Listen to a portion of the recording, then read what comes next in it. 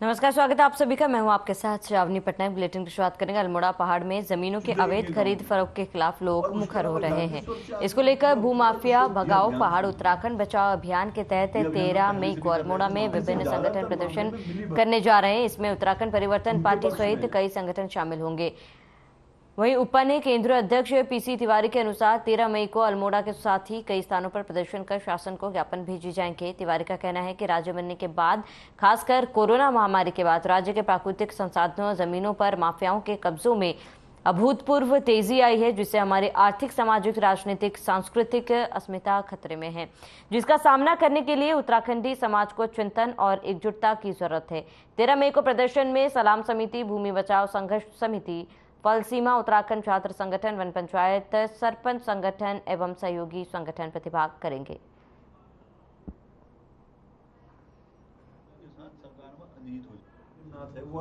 उत्तराखंड के अंदर जमीनों की बड़ी पैमाने पर लूट हुई है, प्राकृतिक संसाधनों की बड़ी पैमाने पर लूट हुई है कंपनियों के नाम पर, और तमाम जो लूटने वाले लोग हैं और जिनको अनुमतियां दी गई हैं, वो अनुमतियां उन प्रभावशाली लोगों को देने में प्रशासन का, कई जिलाधिकारियों का, कई सरकार का पूरा योगदान है। और अब उन्होंने उत्तराखंड के समाज का जीना हराम कर दिया है और उसके खिलाफ कोई भी लीगल कार्रवाइयाँ हो नहीं पाती हैं। कुछ कुछ जगहों पर जहां पर लगातार जनता लड़ती है या संगठन लड़ता है या हमारी पार्टी लड़ रही है, चुदई के गांव में, और उसके अलावा जागेश्वर से आगे जो पूरा जो क्षेत्र, ये अभियान शुरू किया है। ये अभियान हम पहले से भी कर रहे थे। मामले से ज्यादातर मामले में मिली भगत उनके पक्ष में, हरीश रावत की सरकार और संपदा के साथ सरकार में अनिहित हो जाए, वो वाला मामला था। और उसके बाद ही वो हमारे चुदई के गांव में, और उसके अलावा जागेश्वर से आगे जो पूरा जो क्षेत्र, ये अभियान शुरू किया है। मौसम विभाग ने आने वाले दिनों के लिए पूर्वानुमान जारी किया है। बता दें कि मौसम विभाग के निदेशक विक्रम सिंह ने कहा है कि 2-3 दिनों तक पूरे प्रदेश में मौसम साफ रहने वाला है, और ऐसे में धूप के चलते, पिछले दिनों हुई बर्फबारी के चलते पहाड़ी क्षेत्र में एवलांच जैसी स्थिति बन सकती है, क्योंकि पिछले दिनों भी यह देखा गया था। कि आपको बता दें, इन दिनों उत्तराखंड में 4 धाम यात्रा भी चरम पर है। ऐसे में मौसम विभाग यात्रियों से हिदायत बरतने की अपील की है और कहा है कि जहां पर एवलांच जैसी स्थिति बन रही है, वहां पर यात्रियों को जाने से परहेज करना चाहिए था और सावधानी बरत लेनी चाहिए, ताकि अनावश्यक जान माल का कोई नुकसान ना हो।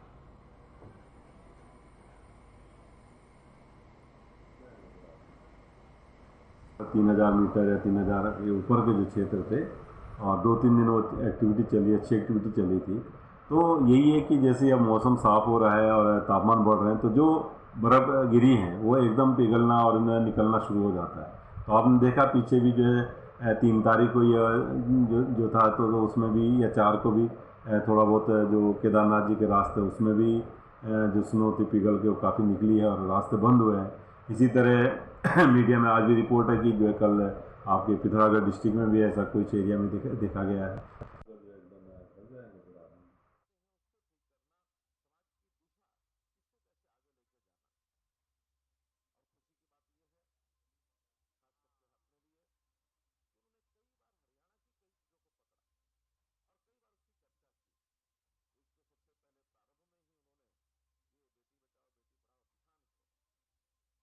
मौसम विभाग का पूर्वानुमान जारी कर दिया गया है और पूरे प्रदेश में मौसम साफ रहेगा।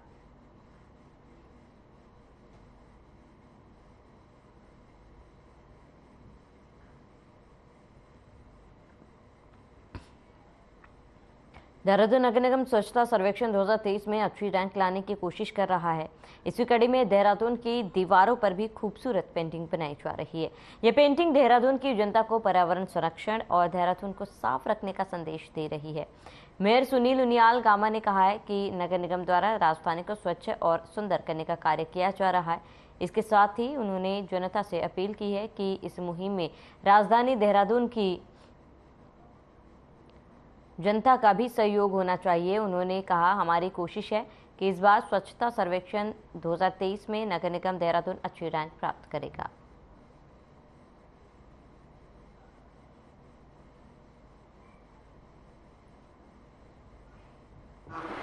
लगातार अभियान भी चलाते हैं, लगातार जनता से भी अनुरोध करते हैं और स्वच्छता के लिए हमने 1 अक्टूबर से हर वार्ड में 3 घंटे का एक अभियान चलाते हैं। शुक्र शनि इतवार 3 दिन जो है मैं स्वयं भी जाता हूँ, हमारी नगर निगम की टीम होती है, पार्षद होते हैं, वहाँ के जो सोसाइटी के लोग हैं, क्षेत्र के लोग हैं, वो सभी लोग होते हैं और उस अभियान को चलाने का उद्देश्य है कि सभी लोग जो है स्वच्छता के प्रति वो ये ना समझे कि ये सिर्फ निगम की जिम्मेदारी है, वो ये समझें कि हम सब की सामूहिक जिम्मेदारी।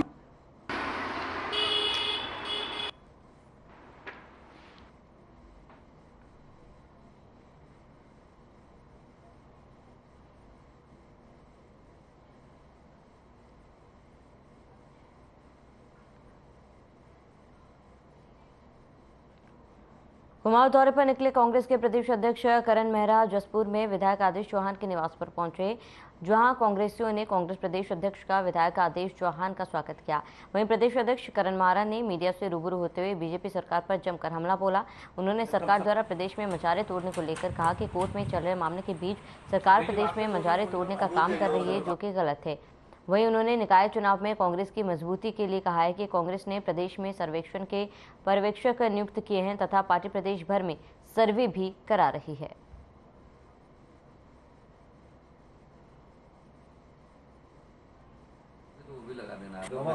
मैं तो लड़ाई झगड़े वाला हूँ मुसलमान का, और उनके पास कोई कहने के लिए कुछ नहीं। डेवलपमेंट उन्होंने किया नहीं है, भ्रष्टाचार चरम पे है, लॉ एंड ऑर्डर खराब है, भर्ती घोटाले हो रहे हैं, बच्चों को पीटा जा रहा है। तो वो ये चाहते हैं कि इस झगड़े में कुछ उनको वोटों का फायदा हो जाए और पब्लिक ना समझे, लेकिन अब पब्लिक सब समझती है। सबको अपने घर में बैठे हुए बेरोजगार बच्चे दिखाई दे रहे हैं, बढ़ती हुई महंगाई दिखाई दे रही, और देश कमज़ोर होता हुआ सबको दिखाई दे रहा है। क्योंकि ये एक चीज़ आपसे ज़रूर इस बारे में कहना चाहूँगा, जो अपने मज़ारों वाली बात कही है, इसमें कई मंदिर भी तोड़े गए हैं। और दूसरा, सरकार कटघरे में खड़ी होगी क्योंकि कोर्ट में मामला चल रहा, उस बीच में चीज़ें तोड़ी गई हैं, जो अपने आप में समझने वाली बात है। और लगाने वाली भी चीज़ होगी तो वो भी लगा देना। मैं तो लड़ाई झगड़े वाला हूँ। वहीं विकासनगर में लैंड जिहाद को लेकर लगातार कार्रवाई की जा रही है। तहसील प्रशासन की तरफ से लगातार 3 दिनों से यहां कार्रवाई की जा रही है।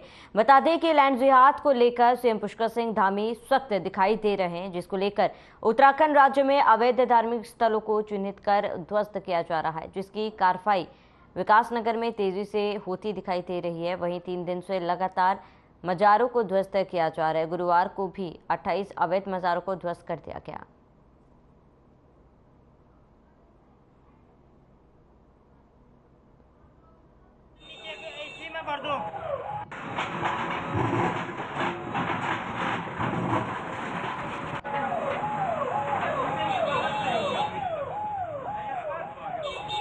कार्रवाई हुई है, 13 अनाधिकृत संरचनाओं को ध्वस्त किया गया है और अभी तक जो 3 दिन से अभियान चल रहा था उसके तहत 28 संरचनाओं को ध्वस्त किया गया। सर, आगे भी कार्रवाई जारी रहेगी? अभी जो कार्रवाई बची हुई है कुछ सहसपुर थाना के अंतर्गत और विकासनगर के थाना के अंतर्गत कार्रवाई की जानी है, जो आगे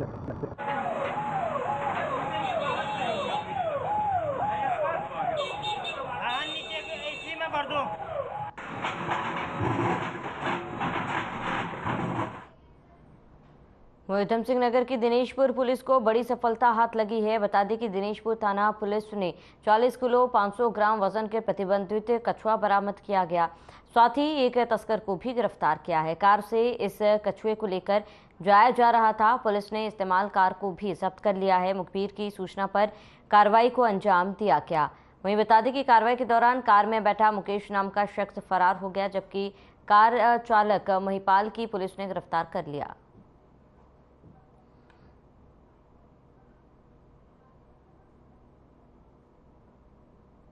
टीम में जिसमें एसओ अनिल उपाध्याय है और उसकी विशेषता में एक बड़ी सफलता दिनेशपुर पुलिस को मिली है, जिन्होंने एक कछुआ और उसके साथ एक अभियुक्त को गिरफ्तार किया है, जिसका नाम मुकेश वाला है और ये सितारगंज क्षेत्र के रहने वाले हैं।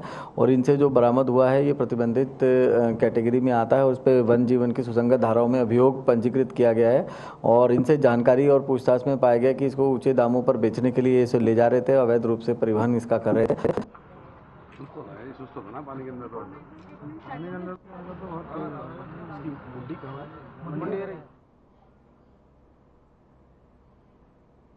तो प्रदेश की धामी सरकार ने बड़ा फैसला लेते हुए जिलों को लेकर पूर्व में बनी एक पुरानी व्यवस्था को खत्म करने का फैसला कर लिया है। फैसले के तहत प्रदेश के जिलों में अब प्रभारी सचिव की व्यवस्था बंद होगी। अभी तक प्रदेश में जिलों के प्रभारी सचिव हुआ करते थे, जिसके बाद अब इस व्यवस्था को खत्म करने का निर्णय लिया गया है। वहीं प्रभारी सचिव की जगह सचिव और अपर सचिव जाएंगे। उत्तराखंड हर जिले में 2 सचिव या अपर सचिव को दौरा करने और बैठक लेने के निर्देश दिए गए हैं। वहीं महीने के दूसरे हफ्ते और चौथे हफ्ते जिलों में बैठक लेने को भी कहा गया है। 12 महीने में हर जिले का दौरा करेंगे सचिव और अपर सचिव। उत्तराखंड के 13 में से 12 जिलों में बैठक करेंगे सचिव और अपर सचिव। इसकी तैयारी सरकार की तरफ से पूरी कर ली गई है।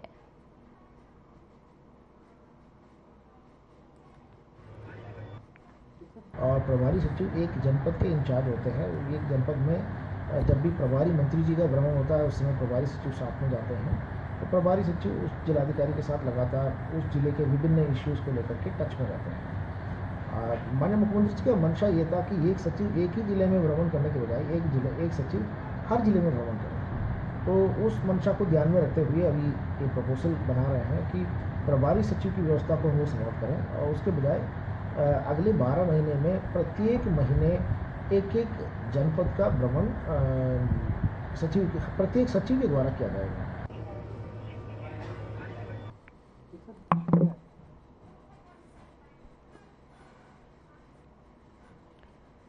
चंपावत के गौरलचौड़ मैदान के पास ऑडिटोरियम में स्मार्ट स्कूल ब्लॉक कार्यक्रम का आयोजन किया गया है और ये आयोजन संपर्क फाउंडेशन की तरफ से किया गया था, जिसमें सीएम पुष्कर सिंह धामी ने भी शिरकत की थी और कार्यक्रम का विधिवत शुभारंभ किया। इस मौके पर संपर्क फाउंडेशन के अध्यक्ष और स्थानीय अधिकारियों ने सीएम का स्वागत किया है। बताया जा रहा है कि संपर्क फाउंडेशन की तरफ से जारी आयोजन इस कार्यक्रम के अंतर्गत जिले में कुल 137 स्मार्ट स्कूल बनाए जाएंगे। सीएम ने इस पहल के लिए संस्था का आभार जताया है। उन्होंने कहा है कि मैं आशा करता हूं कि फाउंडेशन शिक्षा के क्षेत्र के नए आयाम को हासिल करता रहेगा।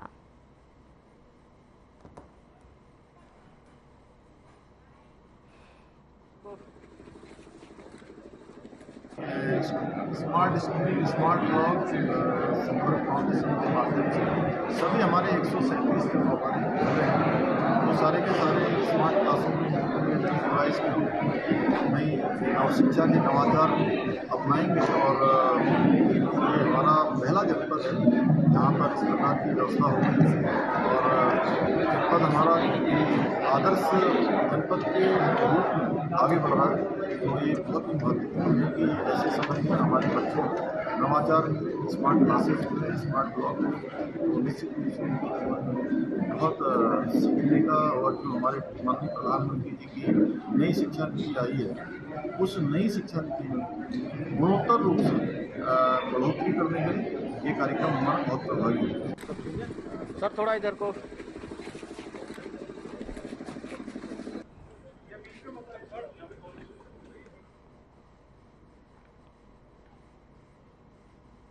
आईआईटी रुड़की में आज 11 मई को नेशनल टेक्नोलॉजी डे के अवसर पर मल्टी एक्टिविटी सेंटर ऑडिटोरियम में कार्यक्रम आयोजित करने हुए नेशनल टेक्नोलॉजी डे मनाया गया है और इस कार्यक्रम में उत्तराखंड के राज्यपाल गुरमीत सिंह भी शामिल हुए। कार्यक्रम में महिला सशक्तिकरण, कनेक्टिविटी, जैविक खेती, स्थानीय उत्पादों, पर्यटन, कल्याण, स्वयं सहायता समूह, आयुर्वेद के साथ कई अन्य महत्वपूर्ण विषय पर चर्चा की गई है।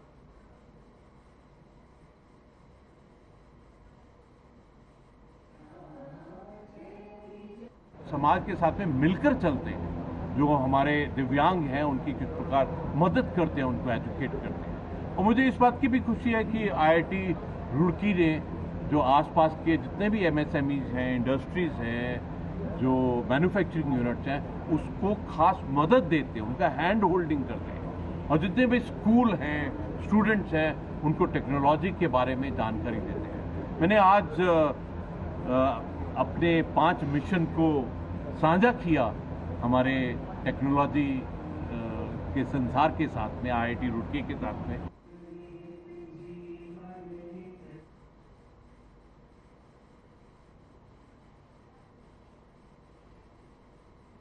कृषि मंत्री गणेश जोशी ने देहरादून के पवेलियन ग्राउंड में कृषि विभाग द्वारा अंतर्राष्ट्रीय मिलेट वर्ष के उपलक्ष्य में आगामी 13 से 16 मई तक देहरादून में आयोजित होने वाले श्री अन्न महोत्सव के प्रसार और जागरूकता के लिए स्कूली छात्र छात्राओं की रैली को हरी झंडी दिखाकर रवाना किया। कार्यक्रम में देहरादून के करीब 21 विद्यालयों के 2000 से अधिक छात्र छात्राओं ने रैली में प्रतिभाग किया।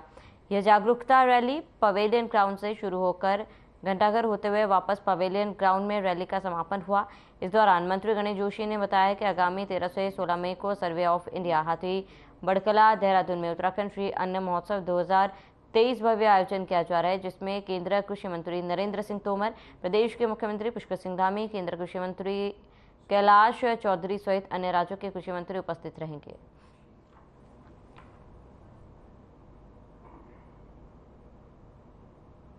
मैं देश के प्रधानमंत्री नरेंद्र मोदी जी का आभार व्यक्त करता हूं, जिनके प्रयासों से वर्ष 2023 को इंटरनेशनल यूथ डे घोषित किया गया है। ये यूएन के अंदर मोदी जी ने प्रस्ताव रखा तो 72 देशों ने इसका समर्थन किया और 18 मार्च को दिल्ली में पूसा से मोदी जी ने इसका शुभारंभ किया। कृषि मंत्री होने के नाते मुझे भी उसमें प्रतिभाग करने का मौका मिला और आज हमारी सरकार भी लगातार मिलेट्स को बढ़ावा दे रही है।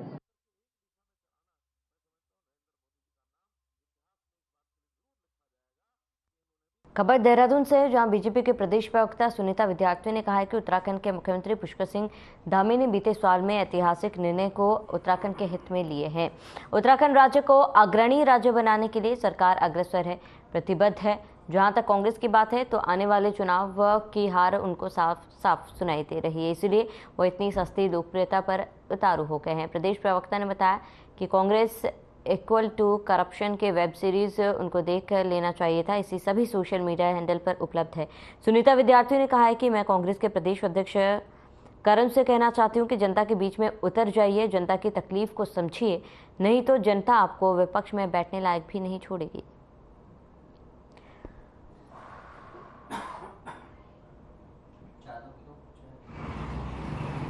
देखिए, माननीय मुख्यमंत्री श्री पुष्कर सिंह धामी जी ने बीते साल में ऐतिहासिक निर्णयों को लिया है और उत्तराखंड राज्य को अग्रणी राज्य बनाने के लिए हमारी सरकार जो है अग्रसर है, प्रतिबद्ध है।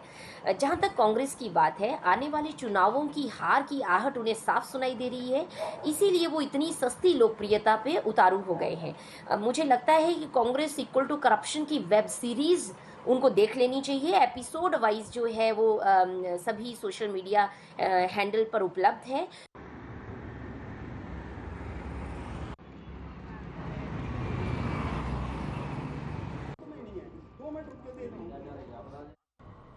वहीं लालकुआ कोतवाली पुलिस ने गोला रोड स्थित रेलवे क्रॉसिंग के पास मोबाइल एवं मेमोरीज डिजिटल फोटो स्टूडियो की दुकान में हुई चोरी का खुलासा करते हुए एक चोर को गिरफ्तार कर लिया है। आरोपी की निशानदेही पर पुलिस ने चोरी का सभी सामान भी बरामद कर लिया है। वहीं पुलिस द्वारा पकड़े गए आरोपी के खिलाफ चोरी की धाराओं में मुकदमा दर्ज कर उसे जेल भेजने की तैयारी की जा रही है। बुधवार देर रात पुलिस ने मुखबिर की सूचना पर आरोपी चोर को रुद्रपुर किच्छा बाईपास मंदिर के पास चीनी मिल को जाने वाले 8 रोड से धर दबोचा।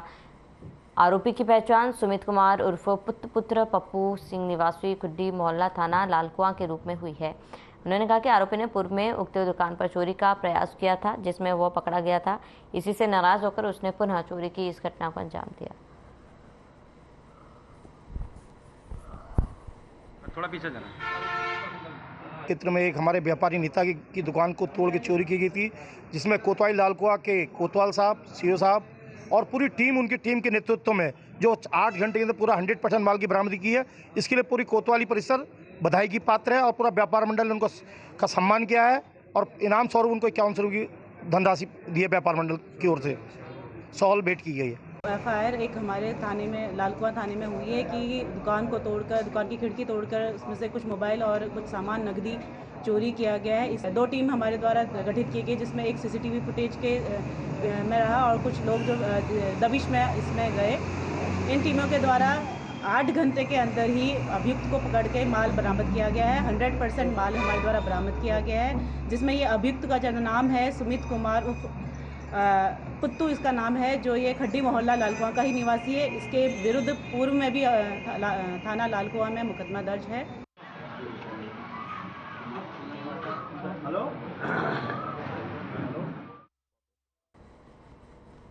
उत्तराखंड में बाहर से आकर निवास एवं कारोबार करने वाले बाहरी व्यक्तियों की पहचान के लिए चंपावत जनपद पुलिस के द्वारा इन दिनों चंपावत जिले में सत्यापन अभियान चलाया जा रहा है, जिसके तहत पूर्णागिरी क्षेत्र में भी पुलिस ने सत्यापन अभियान चलाया हुआ है। अभियान के बारे में भैरव मंदिर थानाध्यक्ष हरीश प्रसाद ने बताया कि पुलिस के द्वारा नेपाल राष्ट्र के श्रमिकों के अलावा बिहार, यूपी व अन्य प्रदेशों के रहने वाले लोगों का सत्यापन किया जा रहा है। इसी क्रम में अब लगभग 280 लोगों का सत्यापन थाना भैरव मंदिर में हो चुका है। साथ ही उन्होंने कहा, भैरव मंदिर क्षेत्र के सभी भवन मालिकों व दुकान स्वामियों एवं होटल और धर्मशाला स्वामियों से अपील करते हुए कहा है कि अपने भवनों में रहने वाले बाहरी प्रदेश के लोगों की सूचना अपने नजदीकी थाने में दे और उनका सत्यापन करवाए तथा दुकान, होटल, धर्मशाला में काम करने वाले श्रमिकों का भी सत्यापन करवाए।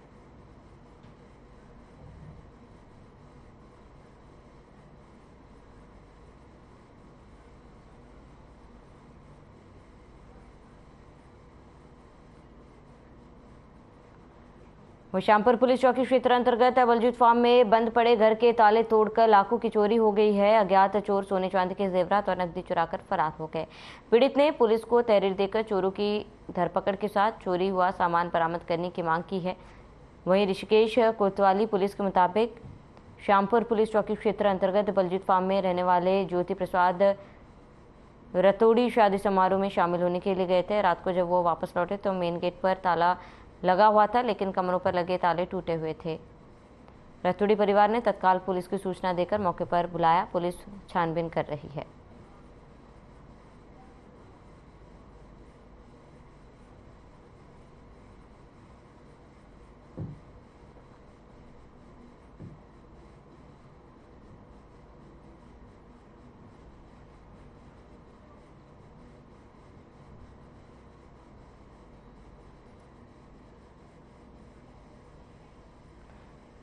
खबर ऋषिकेश से, जहां नशे के खिलाफ अभियान चलाकर पुलिस ने एक कार से 9 पेटी शराब पकड़ी। शराब तस्करी के आरोप में कार सवार 3 युवकों को भी गिरफ्तार किया गया, जिसके खिलाफ पुलिस ने मुकदमा दर्ज कर लिया है। पुलिस आरोपियों के आपराधिक इतिहास की जानकारी जुटा रही है। फिलहाल आरोपियों को न्यायालय में पेश करने के लिए पुलिस ने भेज दिया है। वहीं कोतवाल खुशीराम पांडे ने बताया कि त्रिवेणी घाट चौकी प्रभारी विनोद कुमार ने मुखबिर की सूचना पर शराब पकड़ने में सफलता हासिल की है। तस्करी में प्रयुक्त कार पुलिस ने कब्जे में लेकर सीज कर दी और आगे की कार्रवाई कर रही है।